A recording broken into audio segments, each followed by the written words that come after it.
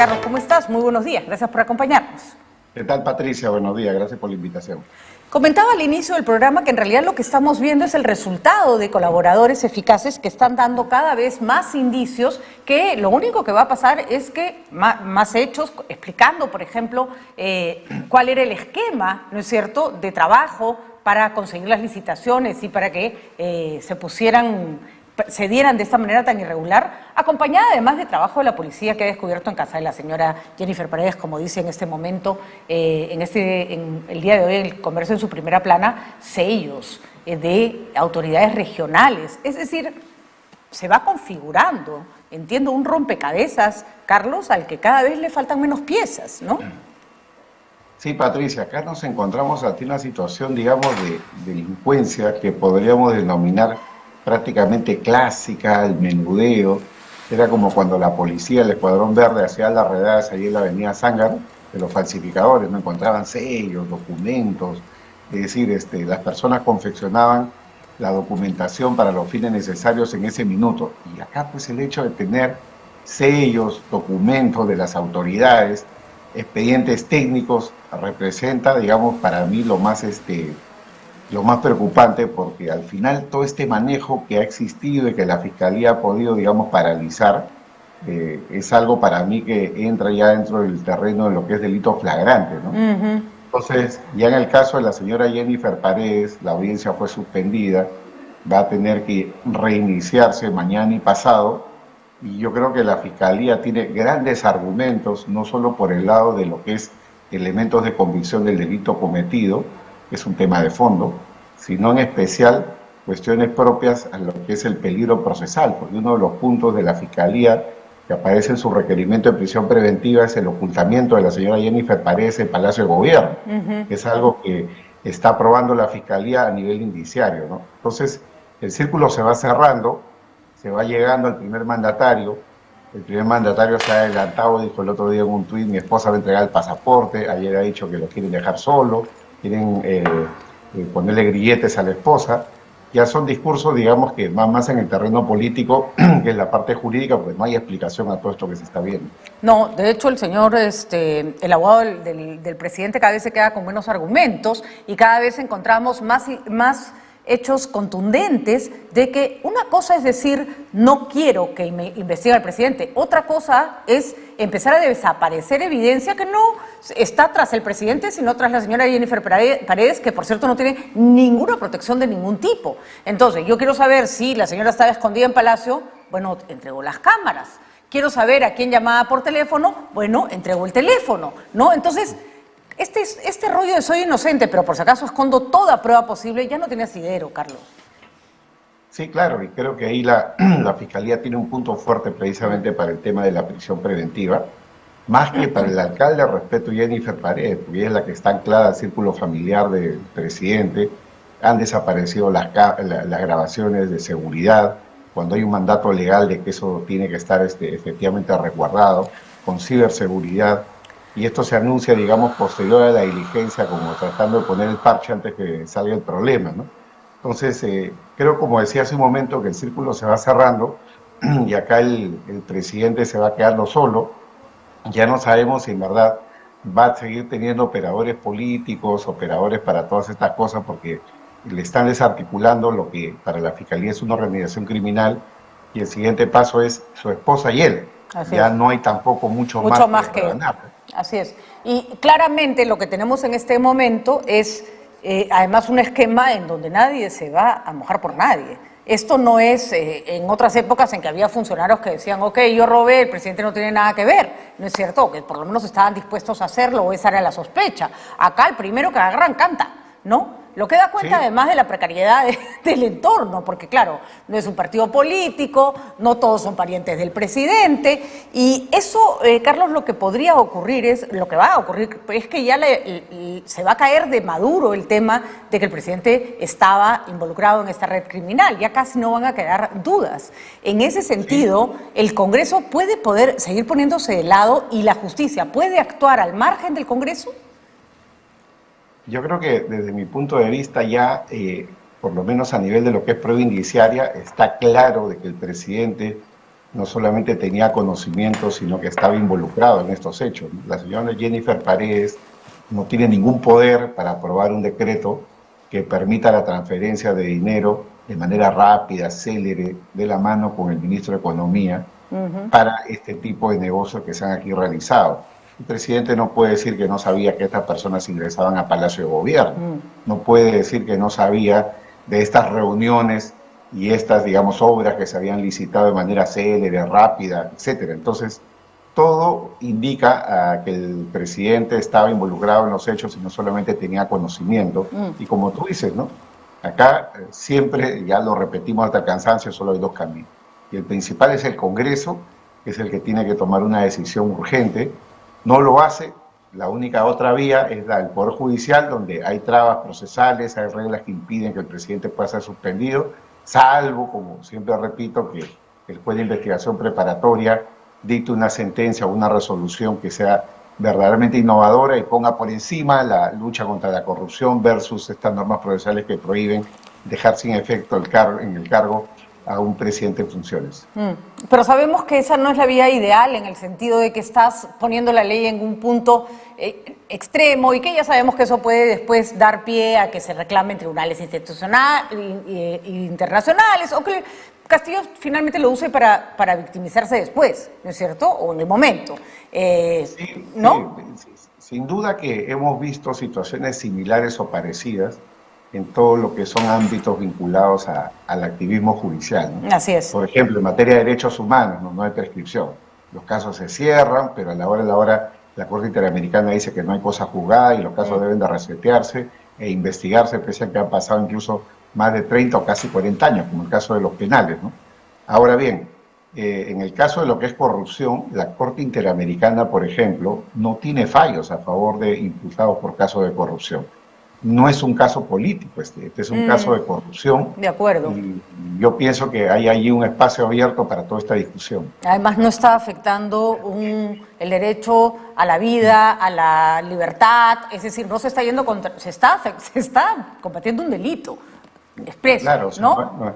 No es un caso donde hay que proteger al más débil, al de la oposición, perseguido por un régimen. No estamos hablando del presidente anclado en el poder, que vuela los drones, por ejemplo, según la denuncia de la fiscal de la Nación y de la fiscal Barreto ayer, presuntamente para atemorizar o indagar qué están haciendo. Es decir, hay toda una serie de datos que hacen sospechar del uso del poder con la finalidad de granjear impunidad. Uno de esos datos, acá hay que dividir aquello de lo que es popular, es decir, que tiene, digamos, una repercusión en opinión pública, y aquello que, por impopular que sea, se tiene que cuestionar y se tiene que parar.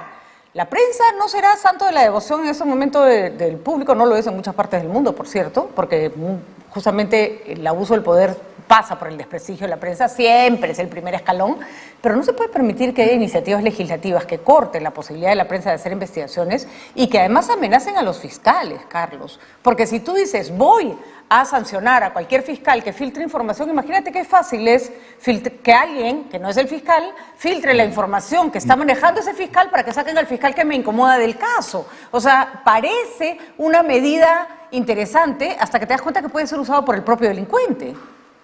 Por supuesto que sí, ¿no? Y acá la prensa tiene el deber y el derecho de informar. Así es. Y los fiscales no pueden ser responsabilizados, algo que se pruebe que ellos son los que han filtrado la información.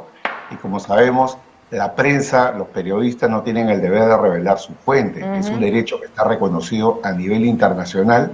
Y hay que poner esto de relieve en el marco de la Constitución, que es algo que muchas veces se olvida.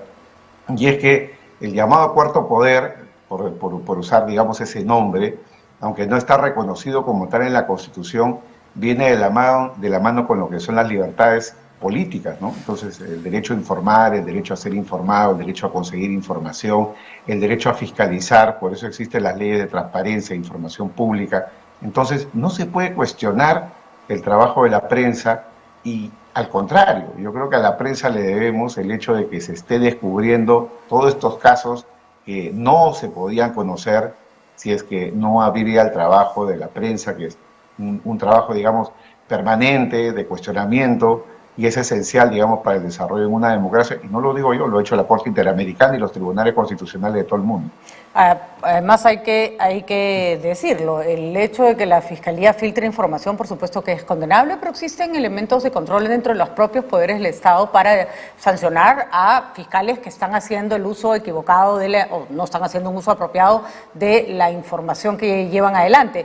Y por otro lado, Carlos, corrígeme si me equivoco, llega un punto en que el expediente no es secreto, pues, no es secreto porque, por ejemplo, si la defensa ya tiene ese expediente en sus manos, la Fiscalía perdió control sobre él, control absoluto, por lo menos, ¿no? Mira, yo mismo como abogado defensor muchas veces he visto casos donde a mis clientes los han expuesto a la prensa. Y mis clientes me preguntan, oye, ¿y esto viene de la Fiscalía? Y yo le digo, puede venir a la Fiscalía, o no, pero también puede venir de tanta gente a la cual le llegan los documentos, policías, jueces, funcionarios, notificadores, las otras partes procesales. Es decir, hay muchas posibilidades de filtración de la información y no se puede achacar esto directamente a los fiscales que tienen el deber de custodia y menos a los periodistas que en ejercicio de su derecho consiguen y difunden esta información. Por supuesto. Así que por ahí no va. Además no va. Por ahí no va el tema. Por ahí no va porque además no se va a impedir y lo que va a pasar es que se va a utilizar como herramienta para silenciar a quienes están haciendo un trabajo de investigación, ¿no? Ya sean fiscales o ya sea prensa, ¿no? Exactamente, tal cual. Bueno, Carlos, ahí hay muchas alertas, porque claro, como la prensa no es popular, a nadie le importa, ¿no es cierto? Y además, y esa es la parte que me preocupa, los propios congresistas están dispuestos a callar a la prensa también. Y aquí hay que decirlo, de uno y otro lado. Por ejemplo, congresistas amedrentando a David Hidalgo, que está informando en el Twitter lo que está pasando en un pleno, porque ahí ni siquiera está echando mano de documentos secretos, con nombre propio, bueno, eso no lo había visto antes, ¿no? Totalmente, y es algo, digamos, para mí deleznable, y yo creo que sea lo que se ha desarrollado en el Perú en los últimos 20 años a partir de Fujimori, es, digamos, la agremiación entre los periodistas, ¿no? Cada vez que se toca uno, lo bueno es que hay mucho rebote, mucha preocupación por parte, digamos, de los grupos activistas, la Sociedad Interamericana de Prensa, el Consejo de la Prensa Peruana, y están ahí, digamos, permanentemente combatiendo, y lo que me ha gustado ver en los últimos meses y años es que a tiros y troyanos, es decir, a quienes piensan como yo y a quienes no, lo cual me parece fundamental. Hay que decirlo, es verdad que la prensa no siempre ha sido objetiva, los procesos electorales en nuestro país son complejos, ¿no? Bien haría la prensa en dejar en claro cuál es, si es que hay una posición política, que por cierto en muchos medios de comunicación se dice, ¿no? Por si acaso nosotros creemos que esta es la opción mejor, pero eso no quiere decir que vas a dejar de informar sobre todo, ¿no? Tú no puedes silenciar mítines, ¿no? Pero eso no quiere decir que el hecho de que se haya hecho mal en determinado momento no quiere decir que se va a hacer mal siempre. Y por más que el mensaje venga de alguien que no me gusta, si el mensaje es válido, pues la información vale, ¿no? Ahora, Carlos. Y hay que defender eso porque es defenderte a ti mismo a largo plazo. Sí, yo además les daría un llamado a mis amigos periodistas que dejen de andarse metiendo en la vida de los otros y no es un momento para que nos andemos chancando, ¿no? Tampoco haciendo barra, pero a veces uno se encuentra con cada cosa que en fin, pasa también en tu gremio, Carlos, eso no es novedad. Totalmente. No es novedad, nos falta un poco de espíritu de cuerpo a veces. Ahora, la salida de Antauro Humala. El hecho de que no se ajuste a derecho, de que se estén saltando normas, además de ser moralmente cuestionable, por supuesto, puede hacer que esta libertad sea revocada y qué consecuencias tendría para Antauro Humala el hecho de que alguien diga, no, señores, esto estuvo mal, el señor para adentro de nuevo. Sí, Patricia, ahí yo ratifico lo que tú dices. Yo no soy más papista que el Papa. El señor Antauro Humala tiene derecho a salir en el momento que le toca. Tarde o temprano tiene que salir. El detalle es que hay un debido proceso regular, ¿no? Y acá es algo que pasa todos los días, no solo con el señor Humala. Los directores de los penales otorgan salidas a las personas por conmutación de la pena. La pregunta es, ¿quién controla eso? De acuerdo. Nadie lo controla. Eso puede prestarse a la falsificación, al fraude. No digo que en el caso del señor Humala eso haya sucedido, pero especialmente en un caso como ese tiene que ser controlado judicialmente. ¿Cuál es la base legal? Un reglamento, el artículo 210 del Decreto Supremo 015-2003 Justicia. Un reglamento que está por debajo de la ley y la Constitución, que dice que el director del penal puede hacer esa conmutación o convalidación de día de trabajo o educación por día de cárcel. Y es algo que nadie está controlando. La ley además exige, en el caso de secuestro con muerte, un informe psicológico. ¿Quién valora eso? ¿El director del penal? El pago completo de la reparación civil. ¿Quién ha valorado eso? ¿El director del penal? dicen algunos, no, esa ley no se aplica. Se aplica mejor la otra ley que es más favorable, pero el director del penal puede decir qué ley es más favorable. Cuando el Código Procesal establece un procedimiento y el Código Procesal está por encima de ese decreto supremo. Son las cosas que yo menciono, más que buscando que el señor Humala vuelva a prisión.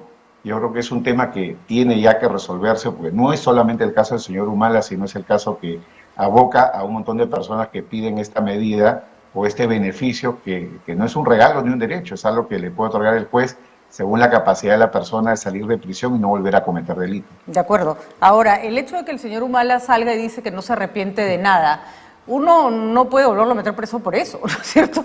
O sea, nos hubiera gustado que se redima, pero si manifestara su deseo de volverlo a hacer, creo que sería ahí complicado para él, ¿no? Sí, en teoría, la Fiscalía podría plantear una incidencia ante el Poder Judicial para que revise esta decisión del Consejo Técnico Penitenciario, pero la Fiscalía no ha hecho nada, no ha hecho esta voz que es mía, no hay ningún tuit, aparentemente no van a hacer nada, y creo que no lo van a hacer porque no lo han hecho en ningún otro caso. Entonces podría el señor Humala alegar una suerte de discriminación negativa. De acuerdo.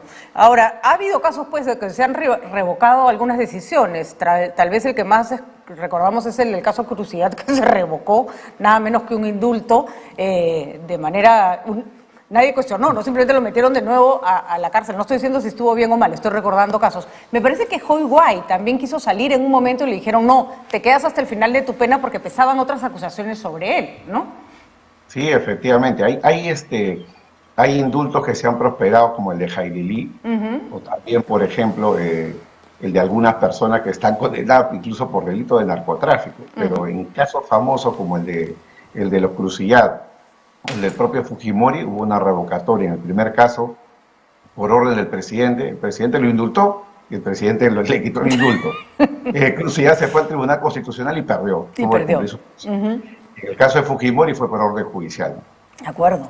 Entonces ahí tenemos varios casos y sí me gustaría tu opinión, Carlos, porque eres un observador de la realidad sobre, yo particularmente pienso, igual este señor igual iba a salir más temprano que tarde, no le han conmutado una pena de 5 años, repito, eso no quita que miremos con la mirada severa que hay que mirar estos casos, porque finalmente se le acusaba por delitos graves y la familia tiene derecho a pedir, por ejemplo, en la sociedad, a este señor me lo guardas hasta que cumpla su último día de condena.